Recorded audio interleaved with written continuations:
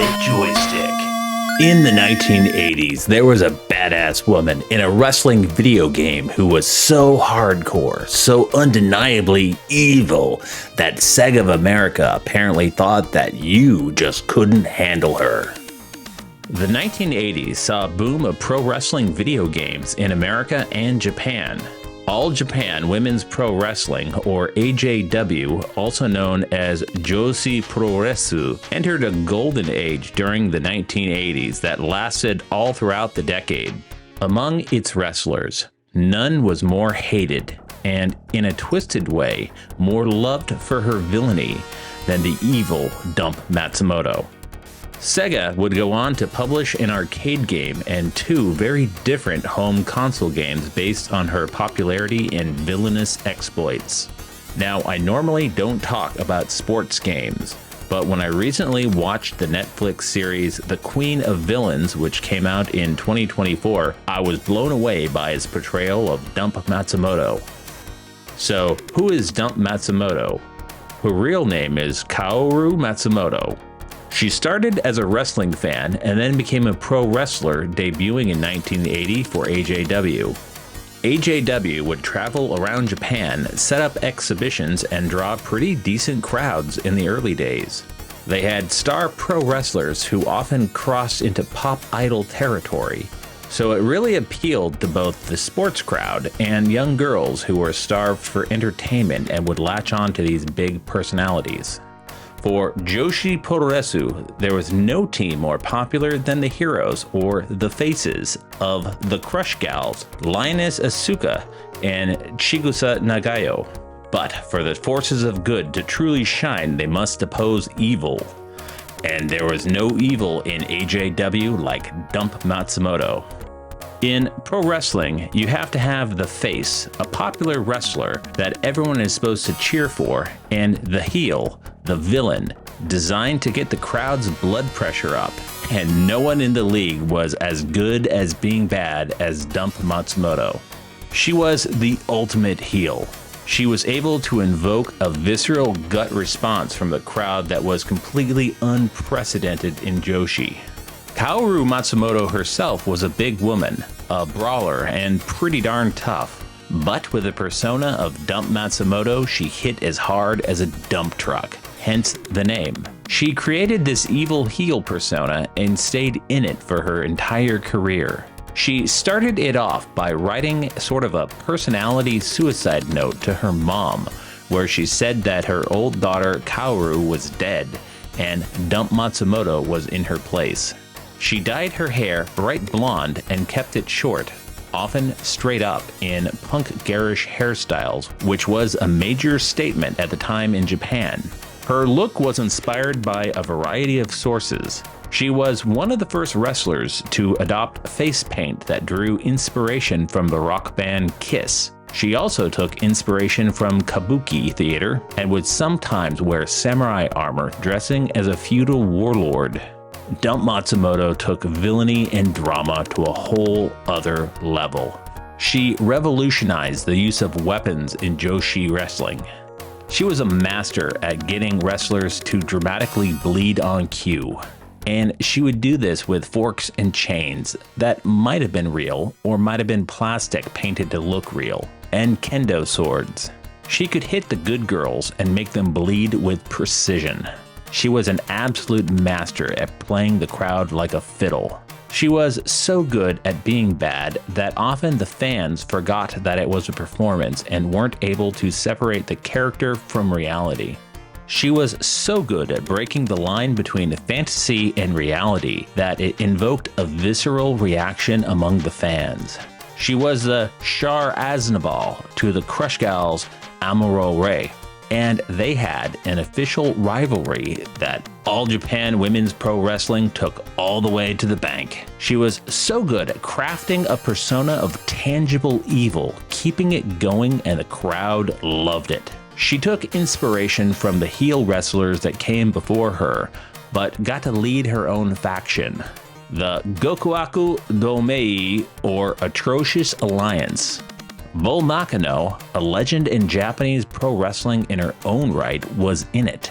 They achieved incredible national ratings in Japan, and her antics were the inspiration for many later wrestlers. She helped transform Japanese women's pro wrestling from being less popular than men's sports to surpassing men's wrestling in ratings. This all hit a 1980s crescendo with the infamous hair versus hair match on August 28, 1985. Dump Matsumoto defeated Chigusa Nagayo of the Crush Gals, and Chigusa's head was shaved in the ring. That was just so traumatizing for the audience, both in person and watching at home. It ended up with a fan shoving a broken bottle into her chest at a bar, and her car was vandalized.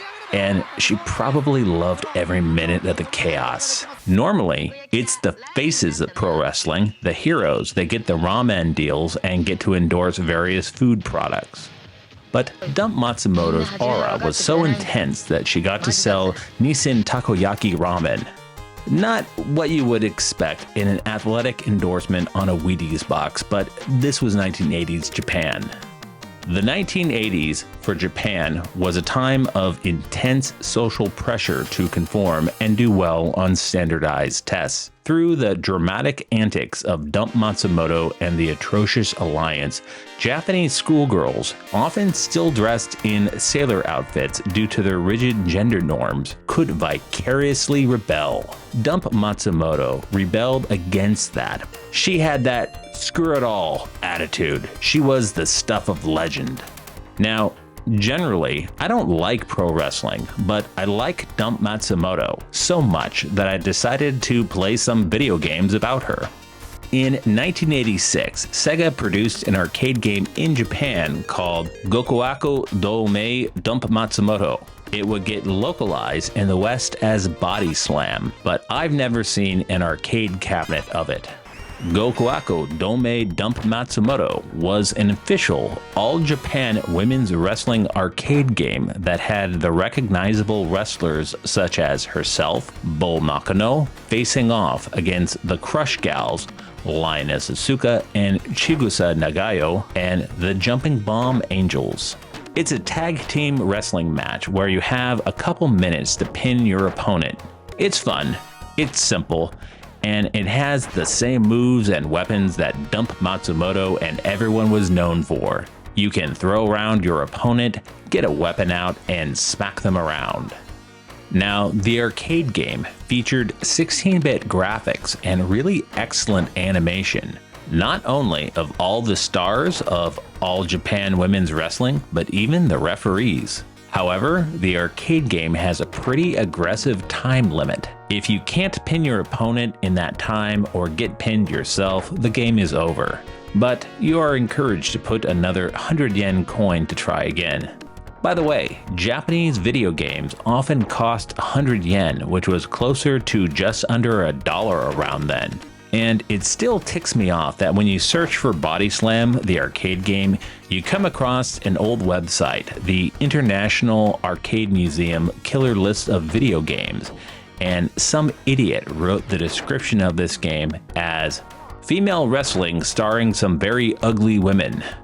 Boy, it would be a crying shame if Dump Matsumoto herself went and, well, let's just say that she was known for some very creatively use of scissors in her stage shenanigans back in the 1980s. That's a reference, not a threat. Now, Sega had a home console back then. In 1986, they made Gokuaku Domei Dump Matsumoto for the Sega Mark III, which was the Japanese version of the Master System. They made it with a slightly more cartoony 8-bit appearance that simplified the more realistic 16-bit arcade artwork. With this cartoony take on it, the characters were a bit faster and the game still had the weapons and shenanigans getting out of the ring. The Crush Gals were there, the Atrocious Alliance was there, and all of the melodrama was there in 8-bit form, and it was glorious. This is the ultimate version of the game in my opinion. Now, if you ever get a chance to play it, either on an EverDrive or through emulation, I highly recommend that you do. But that's not where our story ends, because Sega did bring this game to the West. Pro Wrestling for the Sega Master System, the Western release, had its graphics completely redone. They turned all of the All Japan Women's Wrestling stars into generic WWF ripoffs. This was pretty sad and disappointing. They took out most of the weapons, and the chair was the only one left in the Western release. But it is just so incredibly disappointing because women's wrestling is interesting retro 80s fun. It really plays up the campiness and the rebellion against established traditional gender norms. By turning them into generic male wrestlers, you don't have any of that subversive gender element that the original reveled in. Dump Matsumoto was fun because she is this big woman that does not have conventional beauty, but is as strong as a dump truck and is a force of nature. SEGA of America thought that you had to be protected from the evil awesomeness of Dump Matsumoto. Either the whole idea of fictionalized violence, semi-real, semi-fake pro wrestling, of having female combatants beat the ramen noodles out of each other would be morally atrocious, wouldn't sell, or just wouldn't be understood.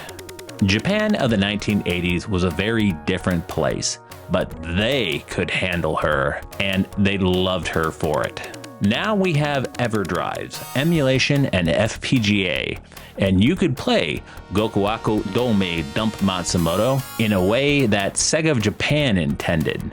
By the way, the menus are in English, so you don't need to know Japanese to play it. And you can read the American manual for pro wrestling as a PDF to understand the contextual button actions. The Master System and the Mark III only had 2 buttons on the controller. Some of the button presses are contextual to get the wrestlers to do what you want them to do. 1980s Sega thought that you couldn't handle Dump Matsumoto. And that is the same marketing team that would go on to the extreme Sega rebellious brand in the 1990s. The irony, she was too hardcore for them. Dump Matsumoto is having a bit of a revival these days. She retired from wrestling, but never actually stayed retired. She would come out of retirement, do a few fights over the years. She's a bit of a social media figure now and is a really lovely older woman, probably with bad joints, but occasionally she still puts on the punk makeup, grabs a kendo stick, still beats up fans and other much younger wrestlers. Netflix produces shows to appeal to various audiences around the world. The Netflix show is a fictional take on the events of her career, highly dramatized but well researched. The truth is probably less dramatic. Now, I refuse to believe wrestlers really hated one another, but in pro wrestling, in order for everyone to stay safe, they've got to work together. Now, you can see their matches on YouTube now. It used to be incredibly inaccessible. You pretty much had to live in Japan and watch it on a territorial broadcast, but fans recorded that and modern fans have digitized it, and it's on YouTube. And YouTube even has the ability to translate the audio into auto subtitles, so you can watch Dump Matsumoto wrestle with subtitles. It's not perfect, but it's better than nothing.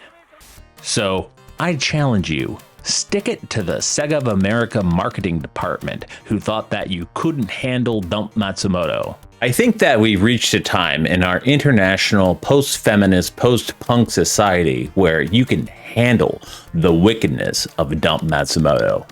Thanks for watching. If you liked this video, then it would totally help out if you would hit the like button. We make videos like this each week. You should totally click the subscribe button so you don't miss out. It helps the channel and it's free. This is 8-Bit Joystick. Stay awesome. Play retro.